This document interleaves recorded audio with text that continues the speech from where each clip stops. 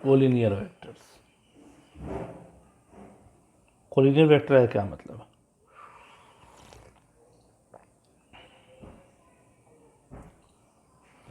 तो दो या दो से अधिक वेक्टर कोलिनियर होंगे। कब होंगे? अगर उन सबों का डायरेक्शन सेम है, भले ही मैग्नीट्यूड कुछ भी हो बट डायरेक्शन सेम हो। सॉरी सॉरी सॉरी, दो या दो से अधिक वेक्टर कोलिनियर होंगे if they have the same direction irrespective of their magnitude. ठीक है, इरेस्पेक्टिव ऑफ देयर मैग्नीट्यूड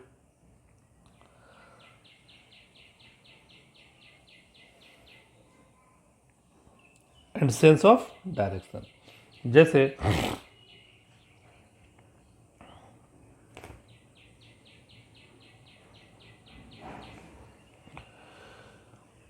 एक वेक्टर ए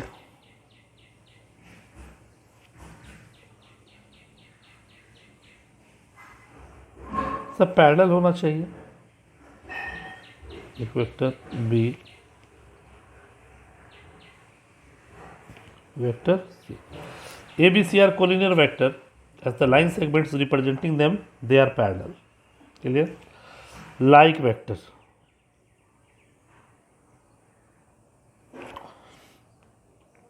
दो पैरेलल वेक्टर जिसका डायरेक्शन सेम हो, दो पैरेलल वेक्टर जिसका डायरेक्शन सेम हो बट मैग्नीट्यूड डिफरेंट हो। यही हम लोग अगर एक और वेक्टर ले लें जो ये है, ये अगर वेक्टर ए है, ये वेक्टर बी है, ये वेक्टर सी है। देखिए ए और बी का डायरेक्शन अगर सेम है तो दोनों लाइक वेक्टर है, लेकिन ए और सी का डायरेक्शन अलग अलग है, तो this is unlike vector, this is unlike vector. तो जो वेक्टर लाइक नहीं है वो अनलाइक होगा। The vector which are not like is known as unlike vector.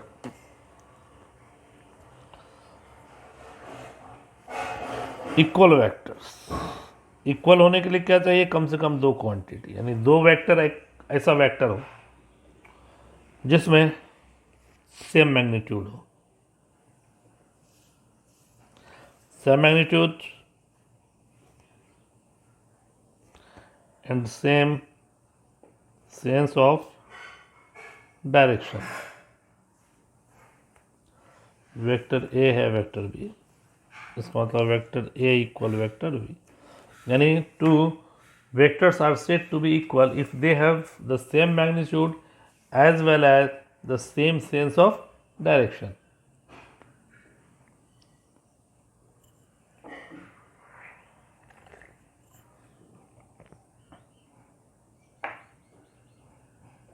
ऐसे बहुत सारे वेक्टर हैं, कोप्लेनर वेक्टर है। एक प्लेन में बहुत सारे वेक्टर जो पैरेलल होंगे वो कोप्लेनर कहलाएंगे। अगर किसी वेक्टर को रेस्ट्रिक्टेड नहीं किया जाए स्पेस में, यानी कहें अगर कि if the representation of A vector is not restricted in space, not restricted in space मतलब स्पेस में किसी भी डायरेक्शन में हो, मैग्नीट्यूड हो, तो वो वेक्टर क्या होगा? फ्री वेक्टर होगा। तो फ्री वेक्टर को हम लोग चाहें अगर तो it may be shifted parallel to itself, इसको खुद अपने ही के रेस्पेक्ट में शिफ्ट किया जा सकता है पैरेलल।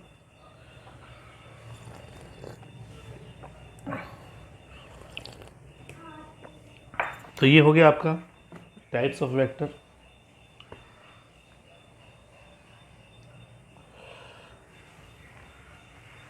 जिसमें सबसे अधिक इंपॉर्टेंट हमारे पास पोजीशन वेक्टर था, बहुत ज़्यादा इंपॉर्टेंट। अब चलिए, अब हम लोग बात करते हैं एडिशन ऑफ वेक्टर की। ध्यान दीजिएगा, सारा खेला यहीं से स्टार्ट होता।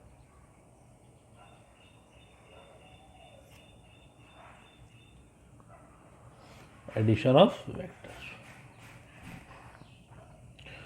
अगर दो वेक्टर है, ये सपोज कीजिए वेक्टर ए और ये दिया हुआ है वेक्टर बी। कहा जा रहा है इस ए और बी को ऐड करना है, कैसे ऐड किया जाएगा? तो बहुत ध्यान से सुनिएगा। एक वेक्टर ए लिया,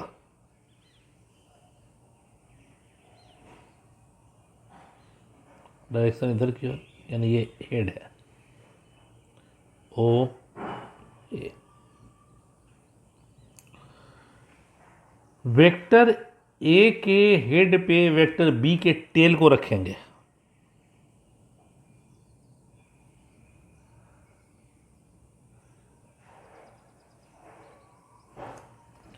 वेक्टर बी।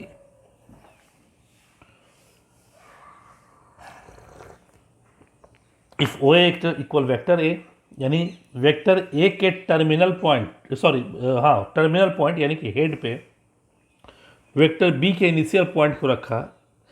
कहने का मतलब दो वेक्टर के एडिशन के लिए ये ज़रूरी है कि पहले वेक्टर के हेड पर ही दूसरे वेक्टर के टेल को रखा जाए, और पहले वेक्टर के टेल से दूसरे वेक्टर के हेड को अगर मिला दिया जाए तो ये हमेशा वेक्टर सम देता है, यानी रिजल्टेंट देता है दो वेक्टर का। This is the vector sum of two vector, यानी O B equal vector O A plus vector A B, vector O B plus vector O B equal O A plus A B. फिर से सुनिए, vector को जोड़ने का तरीका क्या है। पूरे वेक्टर कैलकुलस, वेक्टर अलजेब्रा में काम आता है ये। किसी भी वेक्टर के हेड पे दूसरे वेक्टर के टेल को अगर रख दें और पहले वेक्टर के टेल को दूसरे वेक्टर के हेड से अगर मिला देंगे तो ये वेक्टर सम देगा हमेशा। तो this is known as vector sum. Triangle of, अच्छा एक चीज़ और यहाँ से आप देख सकते हैं, डिड्यूस कर सकते हैं। अगर ए भी हम लोग को यहाँ से निकालना हो यहीं से, तो this can be represented as O B minus O A, O B minus O A. यहाँ देखिए, तो अभी मैंने कुछ देर पहले पोजीशन वेक्टर पढ़ाया था कि अगर ओ ओरिजिन है तो ओरिजिन के रिस्पेक्ट में किसी पॉइंट का स्पेस में लोकेशन या पोजीशन जानने के लिए पोजीशन वेक्टर का यूज़ करते हैं। तो अगर बी है तो ओ से बी क्या दे रहा है, पोजीशन वेक्टर दे रहा है, तो ओ से बी क्या कहेंगे, position vector of vector B minus position vector of vector A, O A, यानी पोजीशन वेक्टर ऑफ ए। आप किसी भी वेक्टर को पोजीशन वेक्टर में लिख सकते हैं, जैसे पी क्यू को लिखना है तो ये देखिए पहले बाद वाला था ना, यहाँ O Q minus O P. R S का पोजीशन वेक्टर चाहिए O S minus O R. आगे इंपॉर्टेंट होगा ट्रायंगल वगैरह का एरिया निकालने के लिए, इसलिए मैं ये बता रहा हूँ, लिख रहा हूँ। वहाँ पे मैं नहीं बोलने जाऊँगा कि ऐसे लिख रहा था। Vector C D that is O D minus O C, ठीक है। दिस इज द, और यही आपका वेक्टर सम भी है। इधर अगर आप इसको इधर ले जाइएगा तो ओ की रिजल्टेंट दे देगा O P plus P Q का।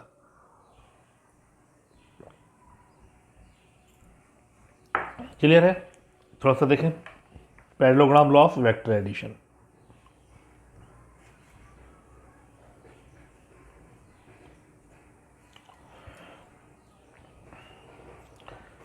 पैरेललोग्राम लॉ ऑफ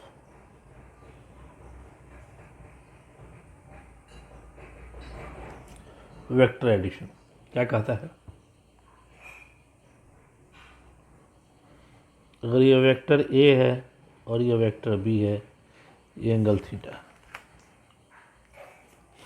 कह रहा है वेक्टर सम निकालिए। तो पहला वेक्टर वेक्टर ए,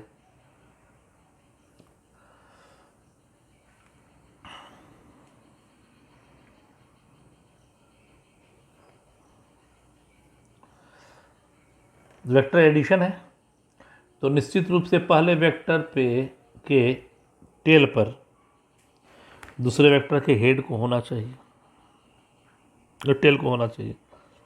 पहले वेक्टर के हेड पे दूसरे वेक्टर के टेल को होना चाहिए।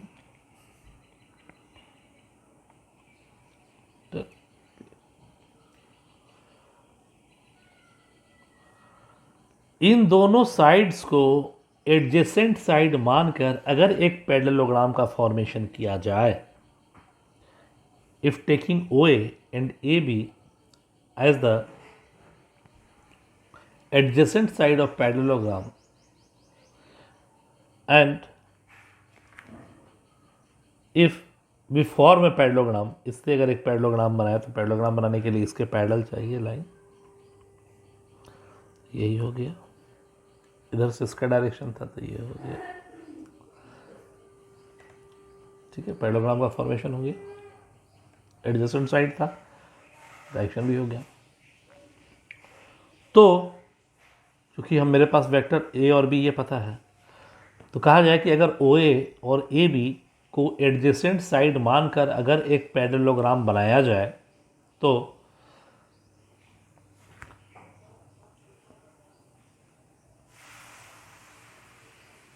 पैरेललोग्राम के diagonal will give the resultant of vector A and vector B, will give the resultant of vector A and